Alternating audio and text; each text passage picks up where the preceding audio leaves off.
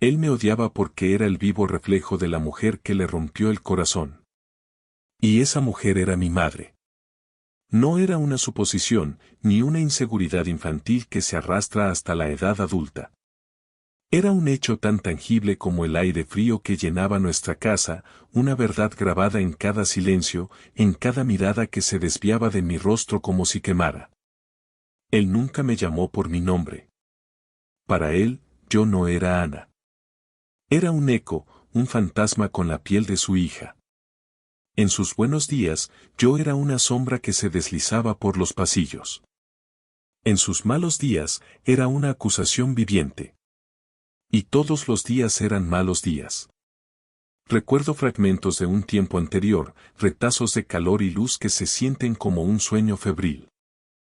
Recuerdo el olor a lavanda y a pan recién hecho, el sonido de una risa que llenaba la cocina y el tacto suave de unos dedos desenredando mi cabello. Eran los recuerdos de ella, de mi madre. Los guardaba como reliquias sagradas en un rincón de mi mente, porque eran la única prueba de que alguna vez existió un antes. Un antes de la quietud, del frío, del peso de su ausencia y de la carga de mi presencia. Ella se fue cuando yo tenía 5 años. No murió. Simplemente, un día, sus cosas desaparecieron, su risa se desvaneció y la puerta principal se cerró con un eco que nunca dejó de resonar en las paredes de nuestra vida. Mi padre nunca habló de ello. El tema era un abismo en el que nadie se atrevía a mirar. Yo era demasiado pequeña para entender la complejidad de un corazón roto, pero no para sentir sus réplicas.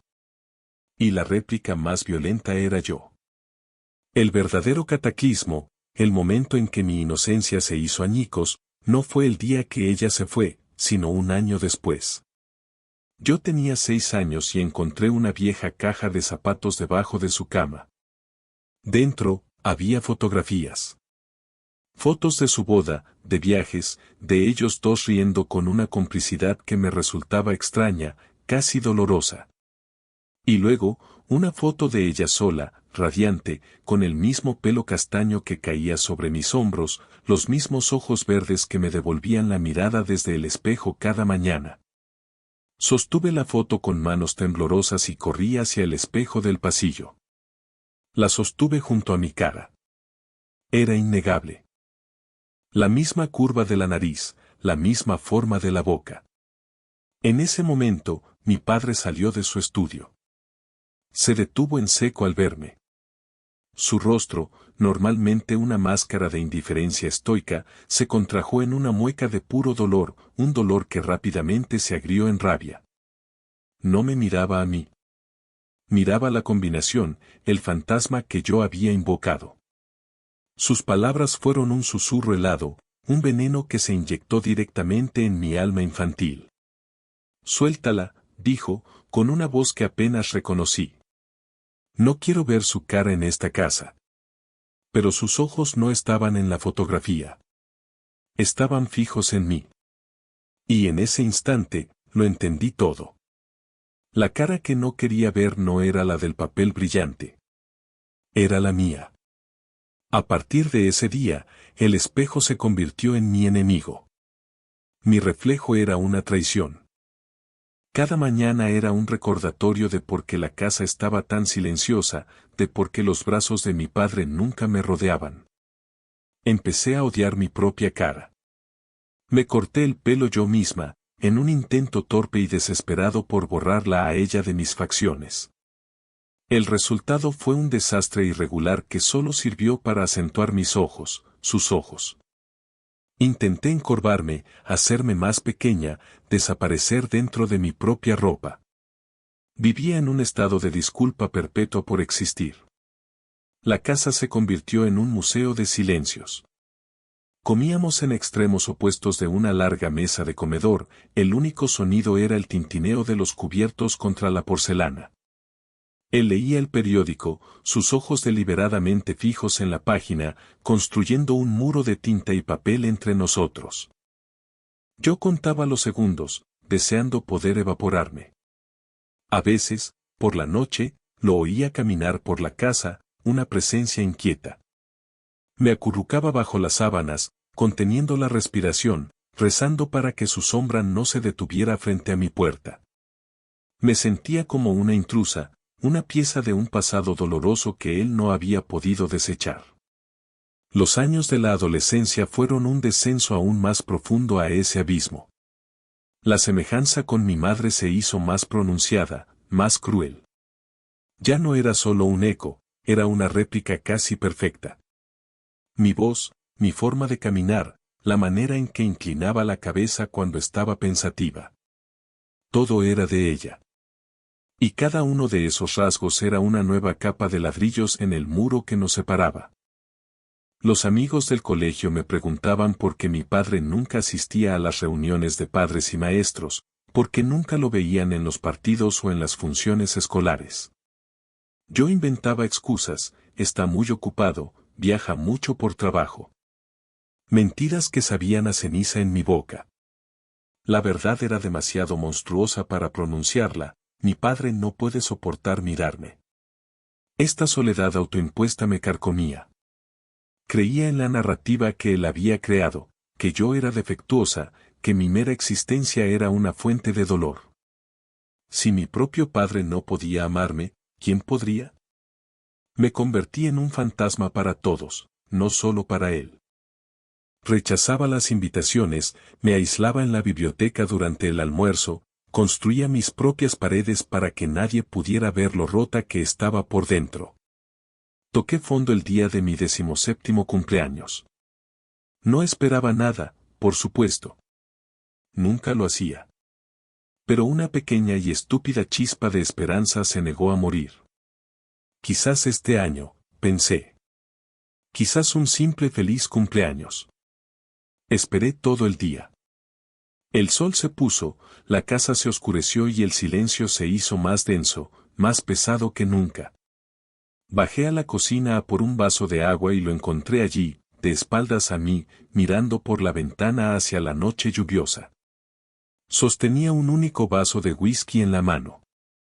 Durante un instante, reuní todo el valor que me quedaba. «Papá», dije, mi voz apenas un susurro. Él no se giró.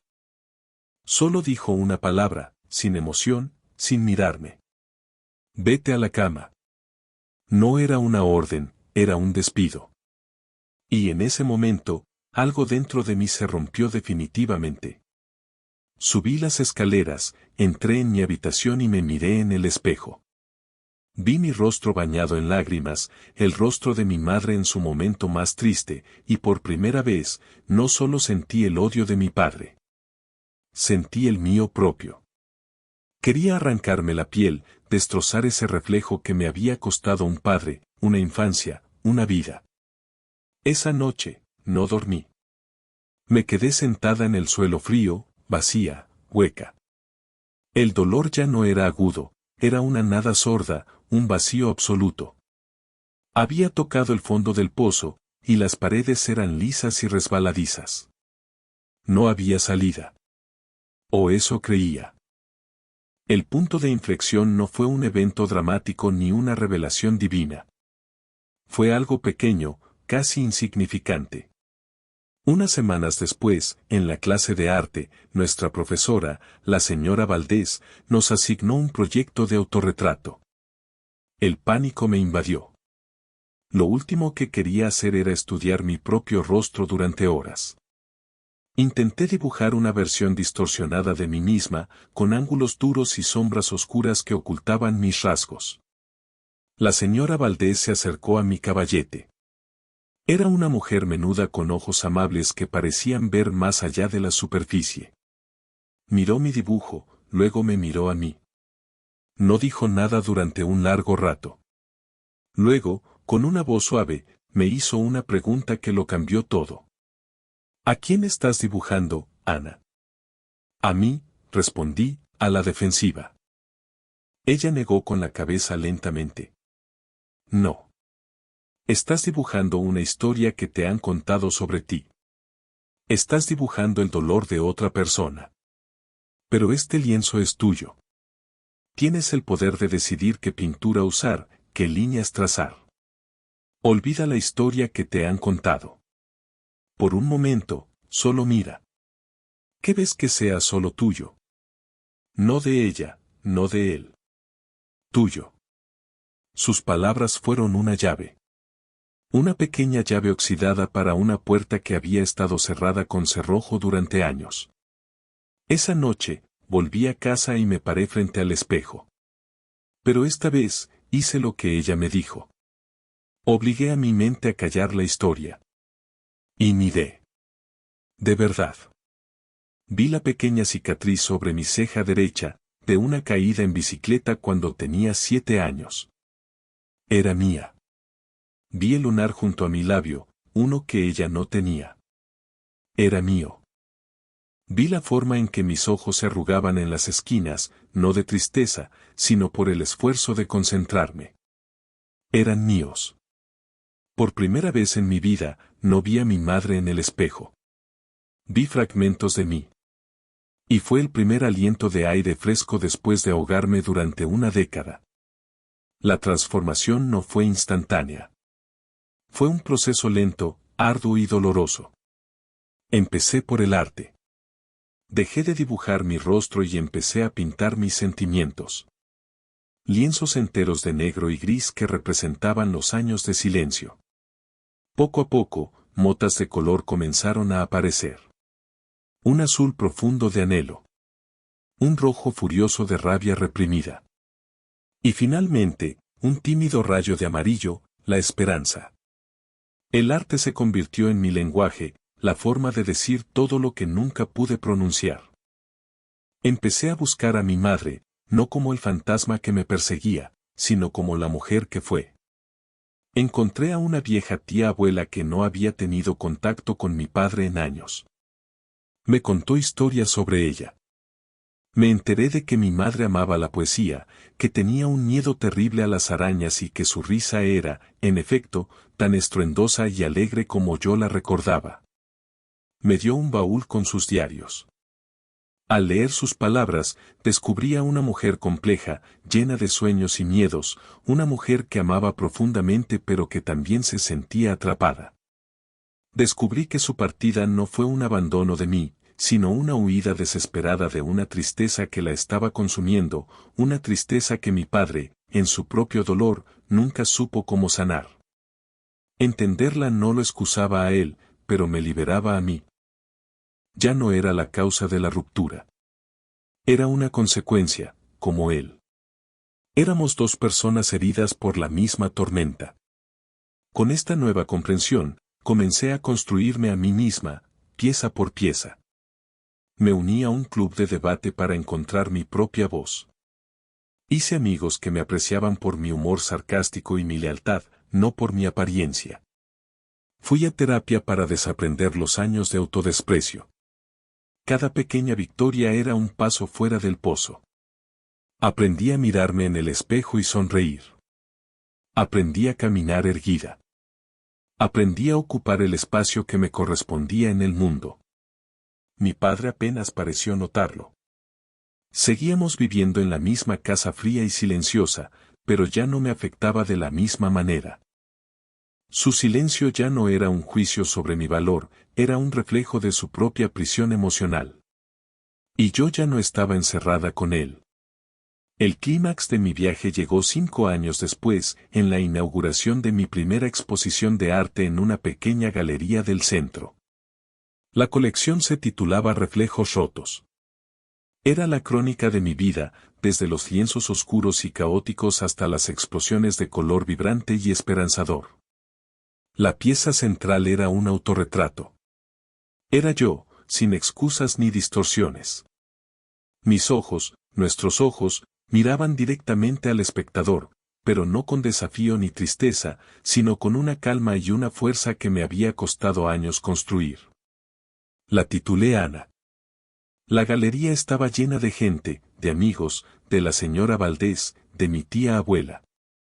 Había risas y conversaciones, un calor que contrastaba brutalmente con la casa de mi infancia. Y entonces, lo vi. Mi padre. Estaba de pie en la parte de atrás, solo, casi oculto en la sombra. Llevaba el mismo abrigo gris de siempre. Parecía más viejo, más frágil. Sus ojos recorrían las pinturas, deteniéndose en cada una, siguiendo la narrativa de mi dolor y mi renacimiento. Mi corazón dio un vuelco, una mezcla de viejos hábitos de miedo y una nueva oleada de fortaleza. Se movió lentamente hasta pararse frente al autorretrato.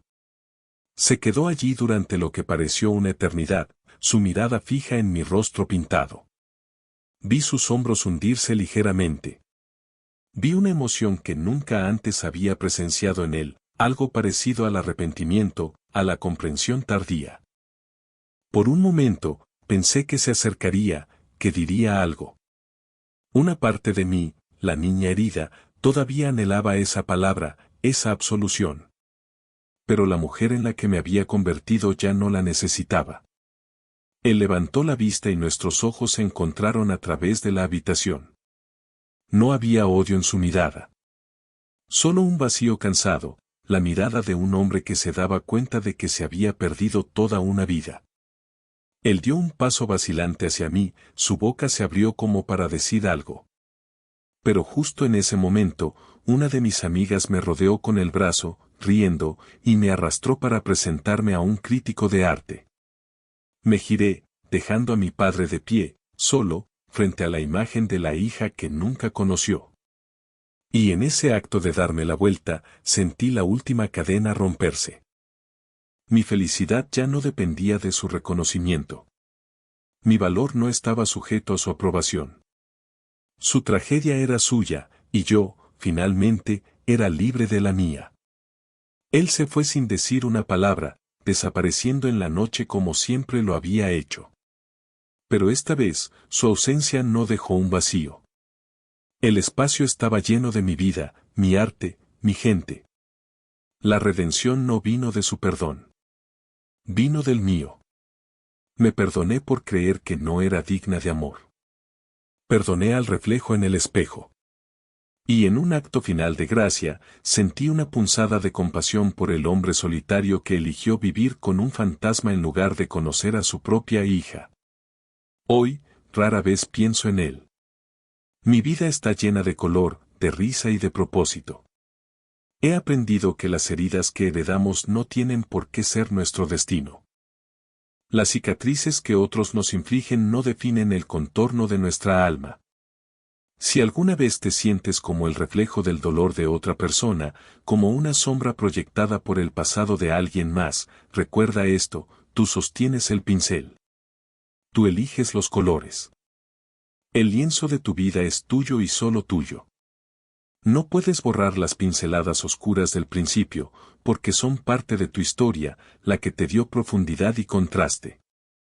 Pero puedes pintar sobre ellas, alrededor de ellas, transformándolas en algo nuevo. Puedes llenar tu lienzo con tanta luz, tanta verdad y tanto amor propio que las viejas sombras simplemente se desvanezcan en el fondo, convirtiéndose en nada más que el punto de partida de tu obra maestra. Tu verdadero rostro no es el que otros ven a través de sus filtros de dolor. Es el que tú decides crear. Conócelo. Ámalo. Y sobre todo, reclámalo como tuyo.